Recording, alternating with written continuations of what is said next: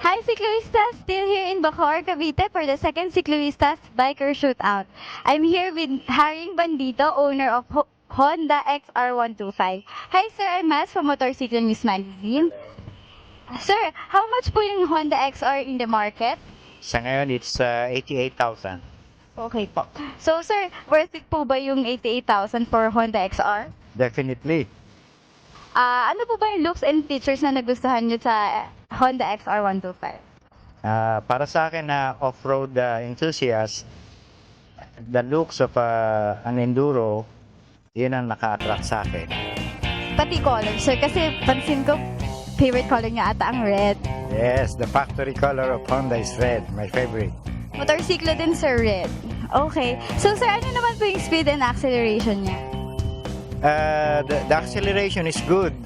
Meron siya talaga yung pick up talaga. 0 to 60, maybe around 10 seconds.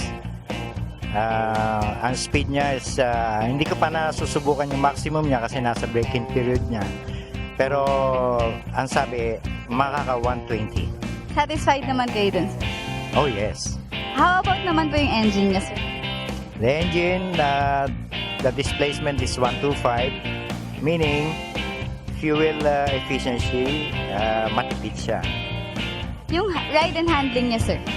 Yun ang nagustuhan ko kasi galing ako sa underbone. Yung feel ng monoshock, tsaka yung 180mm travel ng front shock is definitely a plus. So, highly recommended po ba ito sa all the ciclistas? Oh yes, sa mga sikloistas na mahilig mag on-road and off-road, this is the bike.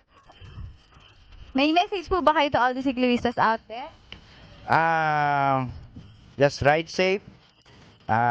Parating be alert on the road. Huwag yung papara-bara para iwas aksidente. Okay, so there you have it, ciclistas. Owner of Honda XR125.